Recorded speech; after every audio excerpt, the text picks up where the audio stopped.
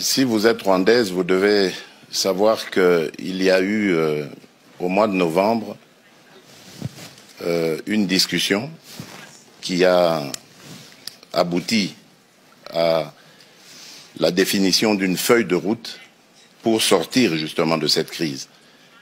Et cette réunion a eu lieu en Angola, à Luanda précisément, et en présence de tous les pays, surtout les représentants des deux pays concernés, c'est-à-dire le Rwanda et la République démocratique du Congo.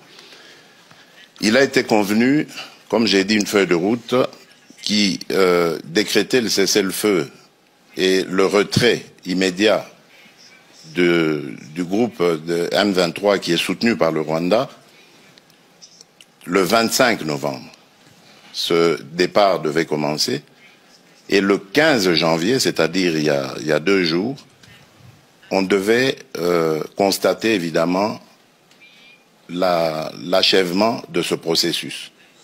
Eh bien, figurez-vous, madame, que le M23, groupe terroriste soutenu par le Rwanda, est toujours dans certaines localités qu'il avait prises à la République démocratique du Congo. Malgré les pressions internationales, ce groupe maintient sa position, fait semblant de se mouvoir, mais en fait, il se redéploie d'une certaine manière et reste dans ces localités.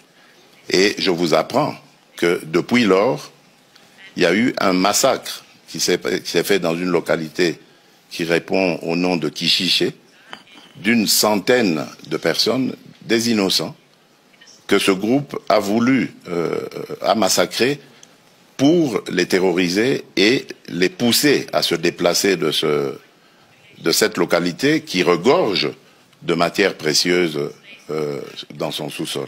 Donc voilà en fait le problème que nous avons. C'est un très grand défi parce qu'on ne peut pas investir à la fois dans le développement du pays et dans les ressources pour augmenter les capacités de l'armée et pouvoir ainsi se défendre. Si nous avions tous la même philosophie, la même vision, celle que j'avais d'ailleurs au moment où j'ai accédé à la tête du pays, celle d'aller vers tous nos voisins, nous en avons 9, et de leur proposer des projets de développement qui vont faire du bien à nos économies respectives, qui vont faire du bien à nos populations.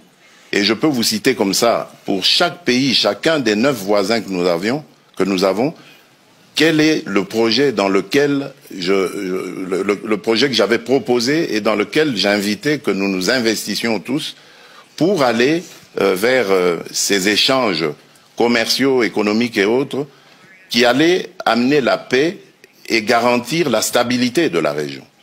Mais c'est à cause, évidemment, de certains voisins aux velléités belligérantes que cela est malheureusement impossible à réaliser. Donc je suis désolé, madame, le problème aujourd'hui de l'insécurité dans la région des Grands Lacs s'appelle le Rwanda.